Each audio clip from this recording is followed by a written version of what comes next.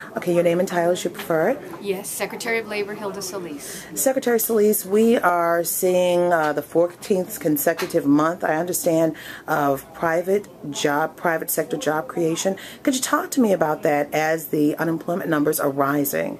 Well, this latest job report tells us that we added 268,000 jobs, and just in the course of 3 months, well over, I believe it's 760,000 jobs that were added. And if you look at the 14-month period, you'll see that we have added more than 2 million private sector jobs. So we are on a good trajectory. We need to do more, though, because there's still a lot of people that are looking for work, as well as those that are not being able to find work. So that also adds to the pickup in the unemployment rate itself. So when people look for jobs, it goes up. When they're not finding jobs, that also has an impact. But I'm feeling more comfortable that people are feeling more confident about spending. And people are having that money because of some tax breaks that were passed in December. So people have more disposable income. Businesses are using it now to hire up more people. But we need to keep on this, and we need to be positive. And I know there's so many communities that are suffering, African American community, Latino community. But you know what? We're resilient. And this president's about making investments in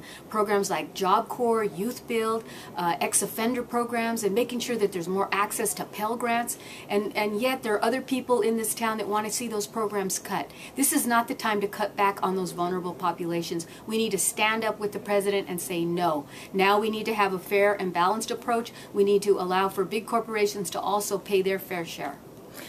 Former head of the U.S. Commission of Civil Rights, Mary Frances Berry, said if we are growing private sector jobs as we are, why is there still such a disproportionate number of minorities unemployed? She says, who's getting the jobs? Well, I'll tell you, it's become a more competitive situation where you have to have more education. And I'm talking higher than just a high school degree and a GED. That's why the president is saying we want to bump up 5 million more people getting post-secondary degree. That's why more financial aid, more Pell Grants, because he knows in order for us to be competitive everywhere, we're going to have to really raise the standards within the African American community, the Latino community, because we have very low levels of higher educational attainment. And that's the problem that we face. That's why there's so much money that he's made available in job training. We have a program dedicated called Career Pathways Out of Poverty, and it targets those high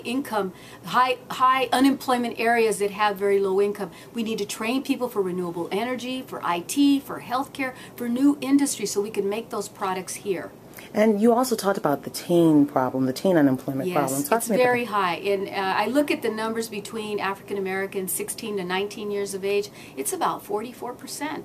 And what that tells me is you have people either out of high school or even in college that are looking for employment. This is a time when they need to get settled, when they need to understand how to work in a workplace, to learn those skills and be able to have that on their resume. So we need to challenge those corporations who are doing well to open up slots for summer jobs. And that's why the DOL, Department of Labor, has asked people to join us on this effort. We have a website dedicated to private sector companies who want to give us information about where young people can get these jobs. We'll be happy to shine a light on them and ask them to be partners with the Department of Labor. They can go on dol.gov/summerjobs.